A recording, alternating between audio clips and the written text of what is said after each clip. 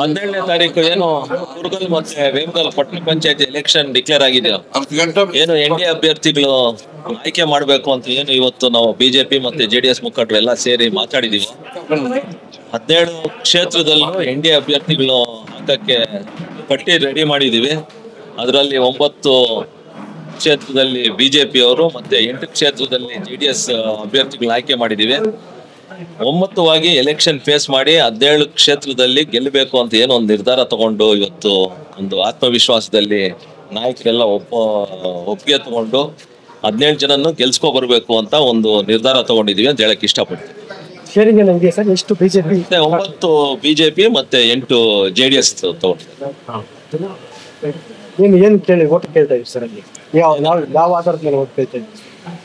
ಕಾಂಗ್ರೆಸ್. ಇವಾಗ ನಿಮಗೆ ಗೊತ್ತು 2 ವರ್ಷದಿಂದ ಏನು ಕಾಂಗ್ರೆಸ್ ಸರ್ಕಾರ ಆಡಳಿತ ಮಾಡಿದ್ಯೋ 2 ವರ್ಷ 2 ತಿಂಗಳಾಗಿದೆ.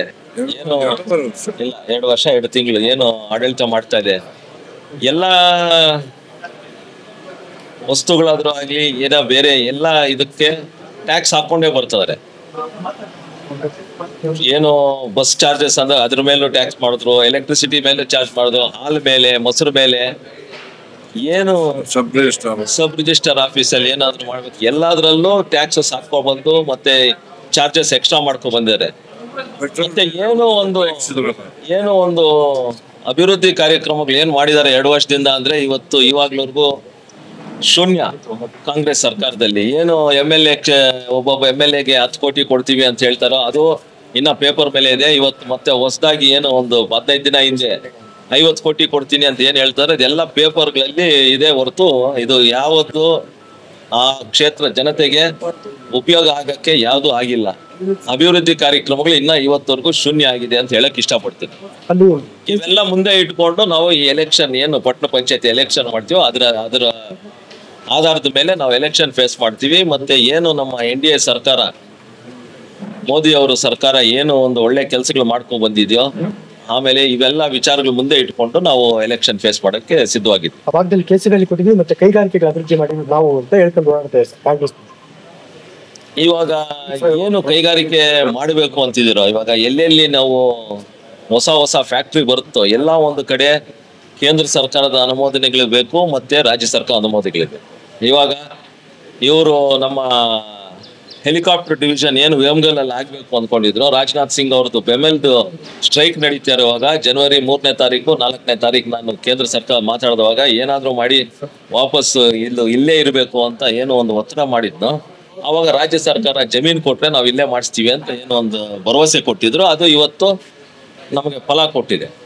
ಅವಾಗ ಹೆಲಿಕಾಪ್ಟರ್ ಡಿವಿಷನ್ ವೇಮಗಲಲ್ಲಿ ಸ್ಥಾಪನೆ ಆಗಿ ಜನವರಿ ಇಲ್ಲಾಂದ್ರೆ ಫೆಬ್ರವರಿಯಲ್ಲಿ ಫ್ಯಾಕ್ಟ್ರಿ ಓಪನ್ ಮಾಡ್ತೀವಿ ಅಂತ ಹೇಳಿದ್ದಾರೆ. ಅದಕ್ಕೆ ರಾಜನಾಥ್ ಸಿಂಗ್ ಅವ್ರನ್ನ ಬರಕ್ಕೆ ಈಗಾಗಲೇ ಆಹ್ವಾನ ಕೊಟ್ಟಿದ್ದೀನಿ. ಅದು ಯಾವಾಗ ಓಪನ್ ಆಗುತ್ತೋ ನೀವು ಬರಬೇಕು ಅಂತ. ಇಂಥ ಒಂದು ಕಾರ್ಯಕ್ರಮಗಳು ಏನು ನಡೀತಾ ಇದೆಯೋ ಇದು ಕೇಂದ್ರ ಸರ್ಕಾರದಲ್ಲಿ ಎಷ್ಟು ಒತ್ತಡ ಹಾಕಿ ನಾವಾದ್ರೂ ಆಗ್ಲಿ, ಕುಮಾರಸ್ವಾಮಿ ಅವರಾದ್ರೂ ಆಗ್ಲಿ, ಬಿಜೆಪಿ ಸಂಸದರಾಗ್ಲಿ ಎಲ್ಲಾ ಕಡೆನೂ ಕರ್ನಾಟಕದ ರಾಜ್ಯದಲ್ಲಿ ಏನೇನ್ ಆಗ್ಬೇಕು ಎಲ್ಲಾ ಕಡೆನೂ ಕೆಲಸ ಮಾಡ್ತಾ ಇದೀವಿ ಅಂತ ಹೇಳಕ್ ಇಷ್ಟಪಡ್ತೀನಿ. ಇವಾಗ ರಸಗೊಬ್ಬರಗಳದ್ದು ಇವಾಗ ಇದು ಇಲ್ಲ ಅಂತ ಹೇಳಿದಾಗ JP ನಡ್ಡಾ ಅವ್ರನ್ನ ಹೋಗಿ ಮೀಟ್ ಮಾಡಿ ಅವ್ರನ್ನೆಲ್ಲ ಮಾತಾಡಿ ಇದನ್ನೆಲ್ಲ ರಸಗೊಬ್ಬರಗಳು ಎಲ್ಲ ಯೂರಿಯಾ ಆದ್ರೂ ಆಗ್ಲಿ, DAP ಆದ್ರೂ ಆಗ್ಲಿ ಇದೊಂದು ವ್ಯವಸ್ಥೆ ಮಾಡ್ಬೇಕು ನಮ್ಮ ರಾಜ್ಯ ಸರ್ಕಾರಕ್ಕೆ ಅಂದಾಗ ಆಯ್ತು ಅಂತ ಒಪ್ಪಿಗೆ ಮಾಡ್ಕೊಂಡು ಆಲ್ರೆಡಿ ಮೊನ್ನೆ 2 ದಿನ ಹಿಂದೆ ಸ್ವಲ್ಪ ರಿಲೀಸ್ ಮಾಡಿದ್ದಾರೆ. ಇಂಥ ಒಂದು ಕೆಲಸಗಳು ನಾವು ಮಾಡ್ತಾ ಇದೀವಿ. ಇವೆಲ್ಲ ಮುಂದೆ ಇಟ್ಕೊಂಡು ಹೋಗ್ತೀವಿ ನಾವು.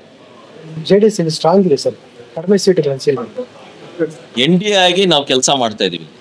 JDS ಸಿಂಬಲ್ ಎಷ್ಟಿದೆಯೋ ಬಿಜೆಪಿ ಸಿಂಬಲ್ ಅಷ್ಟಿರ್ಬೇಕು ಅಂತೇನು ಇಲ್ಲ.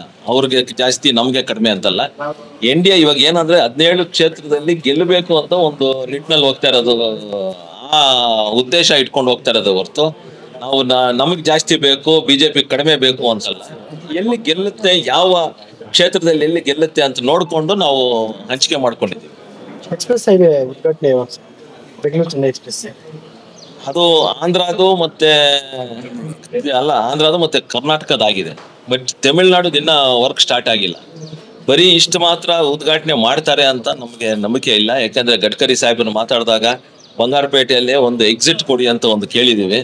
ಆಮೇಲೆ ಸರ್ವಿಸ್ ರೋಡ್ ಏನು ನಾವು ಕೇಳ್ತಾ ಇದೀವಿ ಎಕ್ಸ್ಪ್ರೆಸ್ ವೇಗೆ, ಅದು ರಾಜ್ಯ ಸರ್ಕಾರ ಲ್ಯಾಂಡ್ ಅಕ್ವೈರ್ ಮಾಡ್ಕೊಂಡು ನಮ್ಗೆ ಕೊಟ್ರೆ ನಾವು ಸರ್ವಿಸ್ ರೋಡ್ ಮಾಡೋಕ್ಕೂ ಸಿದ್ಧವಾಗಿದೆ ಅಂತ ಹೇಳಿದ್ದಾರೆ.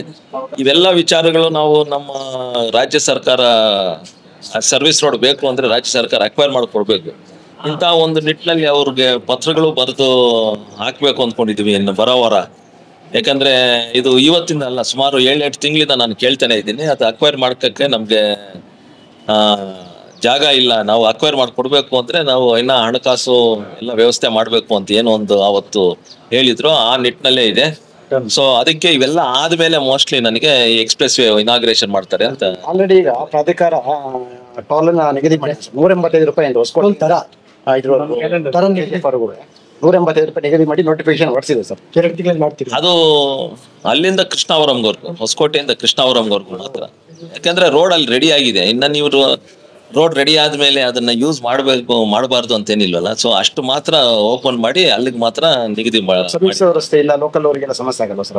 ಅವರು ಅದಕ್ಕೆ ನಾವು ಕೇಳ್ತಾ ಇದೀವಲ್ಲ ಕೇಂದ್ರ ಸರ್ಕಾರದಿಂದ. ಏನು ನಾವು ಗಡ್ಕರಿ ಸಾಹೇಬ್ ಕೇಳಿದಾಗ ಲ್ಯಾಂಡ್ ಅಕ್ವೈರ್ ಮಾಡಿಕೊಟ್ರೆ ನಾವು ಮಾಡ್ತೀವಿ ಅಂತ ರೆಡಿ ಆಗಿದ್ದಾರೆ.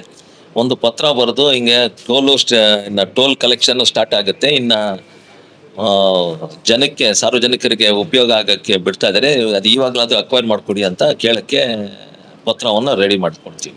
ಅಪಘಾತದ ಏನಾದ್ರು ವೀಕ್ಷಣೆ ಮಾಡ್ತೀವಿ ಅಂತ ಹೇಳಿದ್ರಿ ಸರ್. ಆಯ್ತು ಸರ್. ಏನಾದ್ರು ಆಲ್ರೆಡಿ ನಾವು ಏನು ಹೋಮ್ ಗಾರ್ಡ್ಸ್ ಹಾಕಿ ಅಂತ ಹೇಳಿದ್ವು. ಆಮೇಲೆ ಆಂಬ್ಯುಲೆನ್ಸಸ್ ಏನು ಇವಾಗ 3 ಆಂಬ್ಯುಲೆನ್ಸ್ ಆ ಸ್ಟ್ರೆಚ್ ಅಲ್ಲಿ 3 ಆಂಬ್ಯುಲೆನ್ಸ್ ಇದೆ. ಮತ್ತೆ ಹೋಮ್ ಗಾರ್ಡ್ಸ್ನ ಹಾಕ್ಬೇಕು, ಮತ್ತೆ 2 ವೀಲರ್ ಮತ್ತೆ ಆಟೋಸ್ನ ಬಿಡಬಾರ್ದು ಅಂತ ಅದನ್ನ ಕಟ್ಟುನಿಟ್ಟಾಗಿ ಕೆಲಸ ಮಾಡ್ತಾ ಇದ್ದಾರೆ. ಇವಾಗ ಏನು ಒಂದು ನಿಗದಿ ಪಟ್ಟಿದಾರ ಈ ವೇಗದಲ್ಲಿ ಹೋಗ್ಬೇಕು ಅಂತ, ಅದಕ್ಕಿಂತ ಜಾಸ್ತಿ ಹೋದಾಗ ಅದಕ್ಕೂ ಸುಮಾರು ಒಂದು 20-25 ದಿನ ಇದನ್ನು ಫೈನ್ಸು ಕಲೆಕ್ಟ್ ಮಾಡಿದ್ದಾರೆ.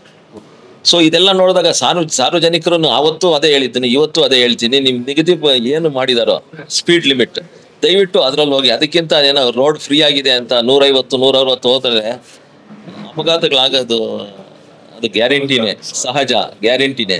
ಅದಕ್ಕೆ ನೀವು ಸ್ವಲ್ಪ ಯೋಚನೆ ಮಾಡಿ, ನೀವು ಅದೆಷ್ಟು ನಿಗದಿ ಆಗಿದೆಯೋ 100 ಇಲ್ಲಾಂದ್ರೆ 110 ಎಷ್ಟು km/h ಅಂತಿದೆ ಅಷ್ಟರಲ್ಲಿ ಹೋಗಿ ಅಂತ ನಾನು ಹೇಳಕ್ ಇಷ್ಟಪಡ್ತೀನಿ. ಕಾಮಗಾರಿ ಎಲ್ಲ ಪೂರ್ಣಗೊಂಡಿದೆ.